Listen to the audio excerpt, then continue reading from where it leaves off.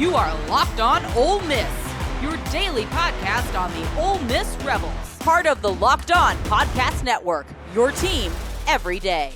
Thanks again for making the Locked On Ole Miss podcast your first listen every day. We're free and available wherever you get your podcast, including YouTube. We are part of the Locked On Podcast Network, your team every day. Hello, I'm Steven Willis, the host of the Locked On Ole Miss podcast. He is Brad Logan from Logan Digital Media, Inside the Rebels, Mac South Sports.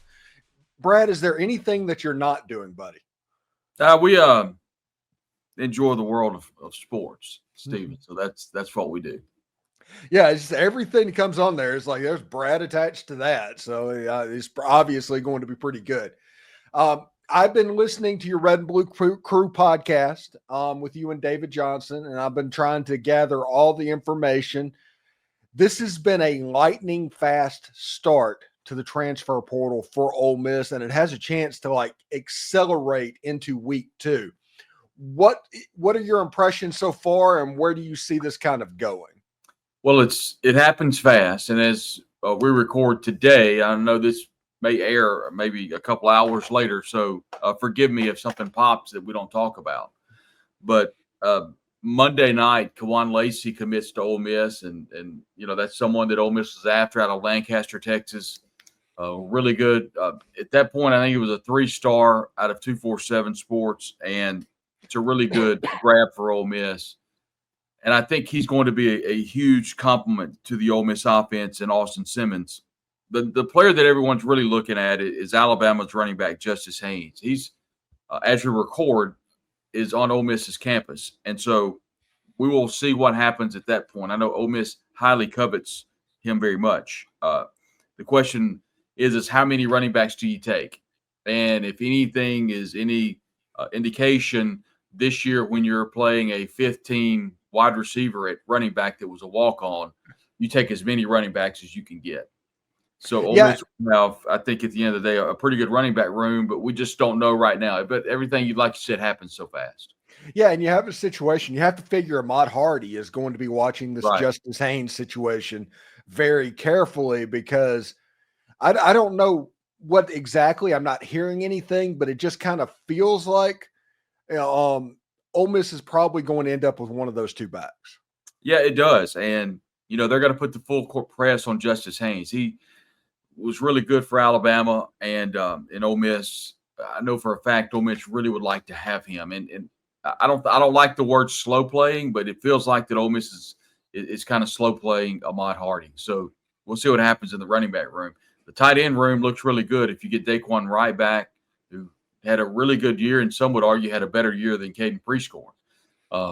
Daquan Wright was really good this year for Ole Miss quarterback Jaxson Dart. But when you get Luke Haas, who's one of the best tight ends, the best tight end in the portal out of Arkansas, the tight end room should be in great shape. And they're continuing to pad the offensive line room. They get the transfer out of Arkansas, and they're still working some things on the offensive line. But right now, the high-level transfers are your running backs and your wide receivers and your defensive ends and your linebackers. We did learn that Pooh Paul will be going to the NFL draft. That was a lot closer than people think. That came down to the kind of the last minute, but as far as Pooh and his camp wanted to take it, but that thing was tight. Yeah, absolutely. And his dad has been doing yeoman's work recruiting on social media as well. Yeah. So love that family. Ole Miss probably need to find a Trey Amos replacement, and they need to find a Walter Nolan replacement. Kind of those are the two big ticket items that are left in the transfer portal. On Monday night, the Alabama world melted down. It was absolutely weird. It was the Jalen Mbake situation, and we don't know exactly where he's going to go, how that's going to end up, and we're recording this on a Tuesday, and it's going to air on a Wednesday, so there's a lot of water that can flow into that bridge. But the point of this is the whole afternoon, Alabama fans were screaming tampering, and they were screaming, "Oh my goodness, Ole Miss is going to pay too much money." And I'm just sitting here thinking, wait, you're Alabama. You invented doing this. Albert Means happened 30 years ago. Stop it, right? Well, you've got a situation where Ole Miss has a very advantageous Grove Collective under Walker Jones. Just this morning, there was a post made from the Grove Collective account on Twitter/X, and it was basically saying, let's continue the momentum. And Ole Miss has one of the best finances is one thing, but I think organization and communication is another. And they probably do as good as any collective group in the country with a cohesive unit, with its communication with the athletic department, with each of its coaching staffs, and the compliance office with the university. Now, compliance is kind of a tricky word this day and age because people really just don't know a lot about what's right, what's wrong, and what's indifferent. But I think Ole Miss is taking advantage of everything that they have, both from a finances standpoint and an administration standpoint. Here's what's interesting to me is you look at what Ole Miss has done. They've been at the forefront of the transfer portal. They've been at the forefront of the NIL, complete influx of NIL and all of the changes. So much so Walker Jones has actually spoke to Congress and to Washington about the world of the ever-changing world of NIL. So this is a situation where I think Ole Miss is in an incredible position. And I want to say this too. So many people have called this season that we're currently in, covering Ole Miss, a failure. And I would push back on that and say I have a hard time calling a team that wins 9 games and then an opportunity to win 10 games a failure. I do think the correct word here would be disappointing because Ole Miss, everybody involved with Ole Miss pushed all their chips in the middle and said they're going for one goal, and that's to play for national championship. That's not going to happen, but they are going to have an opportunity to win 10 games. So I think the good news for Ole Miss fans is that the collective is not saying, okay, well, we pushed everything in on this year, so we're just gonna kind of all let it go. They're actually doubling down and continuing to add more finances to the NIL program that is the Grove Collective, and they're gearing up for yet another stretch run. Lane Kiffin and his staff appear to be geared up for the 25 season. They're recruiting really well on the high school level, and obviously the portal era that we're talking about now, Ole Miss continues to be at the forefront of that. It's kind of funny to see the reaction of rival fan bases and everything, almost seemingly surprised that Ole Miss is going to try again after last year didn't work. They didn't make the playoffs. I guess they thought that Ole Miss was just going to quit or something like that. It's like, oh, that didn't work. Let's just go home. No, that's not how any of this works. Yeah, Ole Miss is a program that's synonymous for having a good year as 8-4 and the Outback Bowl, 9-3, 7-5 in the Liberty Bowl, and those days are not here. Ole Miss has at this point bypassed all of that, and it's not a program that's synonymous to win 10 games a year. They're not in that upper echelon of the SEC in its program's history. So this is new territory for a lot of non-Ole Miss football fans. For Ole Miss fans that have been following the program since Lane Kiffin was hired 4 years ago, it has been a program that has been absolutely in the conversation of the major college football programs. And if you've got the attention of Alabama fans, if you've got the attention of Georgia fans, that means that you've got the attention of the collective college football world. And Ole Miss, the Grove Collective, Keith Carter have done a phenomenal job of keeping Ole Miss at the top of this new portal era. I will say this. I was a little unsure about how the NIL and everything was working with non-football programs. So I had a chance to visit with Mike Bianco. He said it's basically the same way. The same rules apply to that. But he made mention that Ole Miss baseball will be better this year because of the Grove Collective and the relationship that he and his staff have with the collective and about how they're able to bring in talent. So I think on a much lower level scale, I think baseball is still a program that is going to benefit. And I think a lot of the programs we've known that men's basketball, women's basketball, they're all part of that whole NIL process as well. Thanks again for making the Locked On Ole Miss podcast your first listen every day. When we come back, we will turn our attention to the Gator Bowl and what's going on there. So stick around for that. You know, nothing gets me more excited than watching Ole Miss football and making a little bit extra cash while I'm doing it. That's why I love Prize Picks. It is so easy to get in on the action. This week, on Prize Picks, I'm looking at the Gator Bowl and thinking about how Ole Miss can look in that game. I've got Jaxson Dart throwing for more than 250 passing yards. Jordan Watkins, more than 80 receiving yards and a sneaky pick. Suntaran Perkins for more than 1.5 sacks. It's simple. It's fun. It makes every game feel like you're part of the action. I had a flex play hit last week, and even though one of my picks missed, I still got to cash out. That is why Prize Picks is my go-to. Prize Picks is the best place to turn your sports options into real money. It takes less than 60 seconds to make your picks, and with weekly promotions like Taco Tuesday, you can even get more value. Think discounts on player projections by up to 25%. Plus, Prize Picks puts its members first. When my picks hit, I get my winnings fast, sometimes up to like 15 minutes. The money comes in. Here's the best part. Download the app today and use code LOCKEDONCollege to get $50 instantly after you place that first $5 lineup. Again, download the app today and use code LOCKEDONCollege to get $50 instantly after you play that first $5 lineup. Prize Picks, run your game.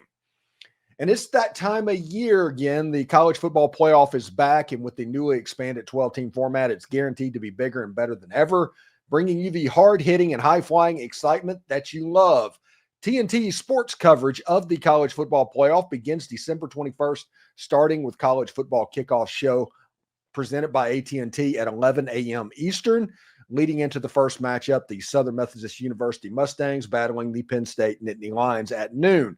Then the Clemson Tigers look to upset the Texas Longhorns in a showdown at 4 Eastern. Do not miss a moment of the action. Watch college football playoff presented by Allstate live on TNT, TrueTV, TBS, and Max. All right, Brad. Let's move on to the Gator Bowl just a little bit. Ole Miss had a surprising amount of kind of opt-ins, and Duke kind of got hit with the opt-out bug with Malik Murphy and their backup quarterback opting out.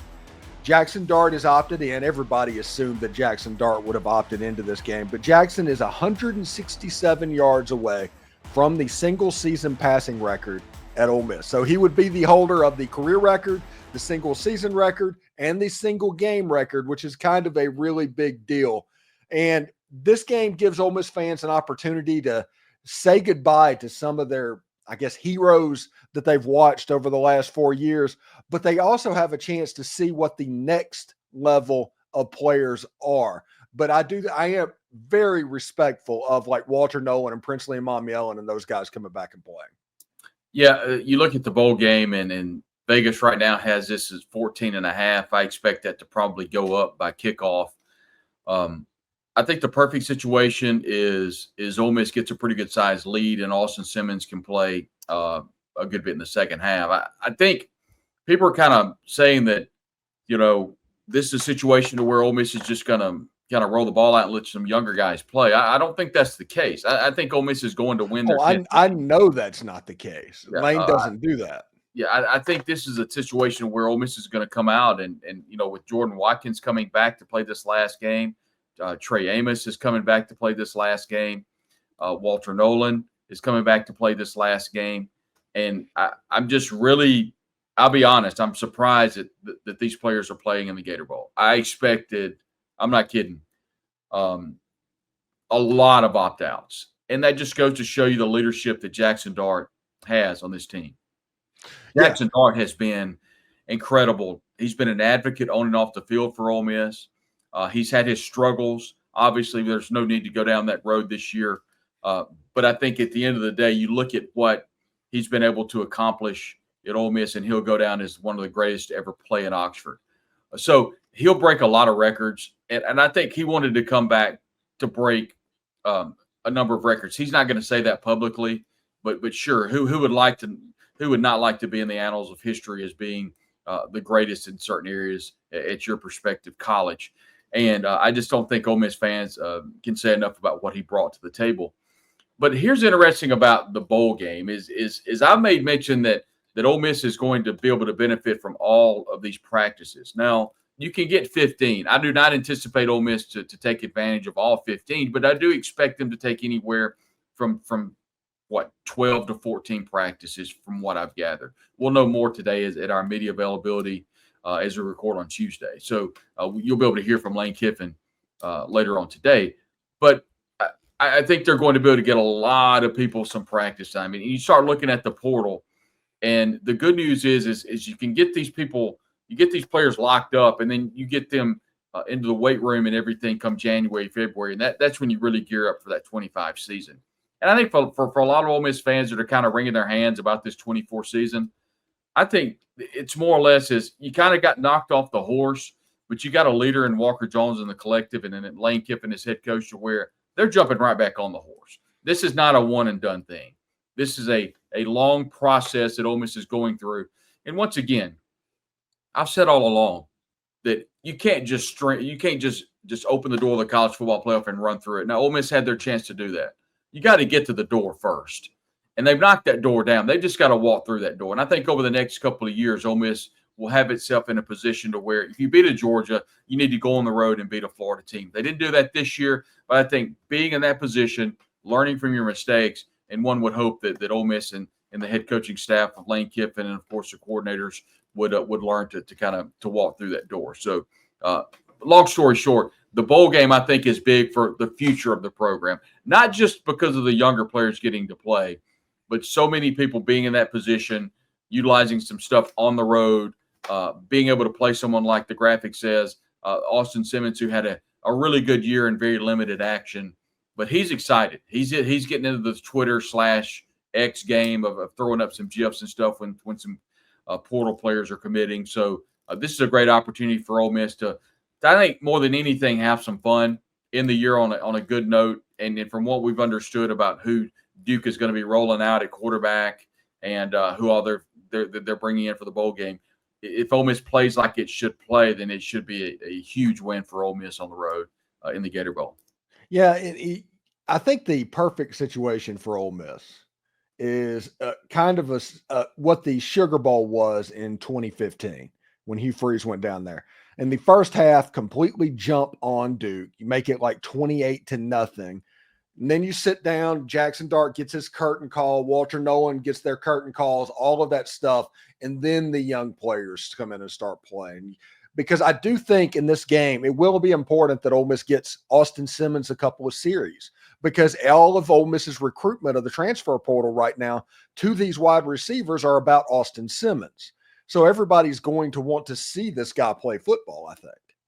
Yeah, and here's another thing, too, is not a lot of people are talking about this, but, we were told during the offseason that Logan Diggs, the transfer running back out of LSU, would be available or maybe available at some point around the Arkansas game, maybe the Georgia game, maybe even Florida. We still haven't seen him, but he is practicing, and it would be interesting to see if he came in and had a big game. I don't know if he plays or not, but I think there's a chance.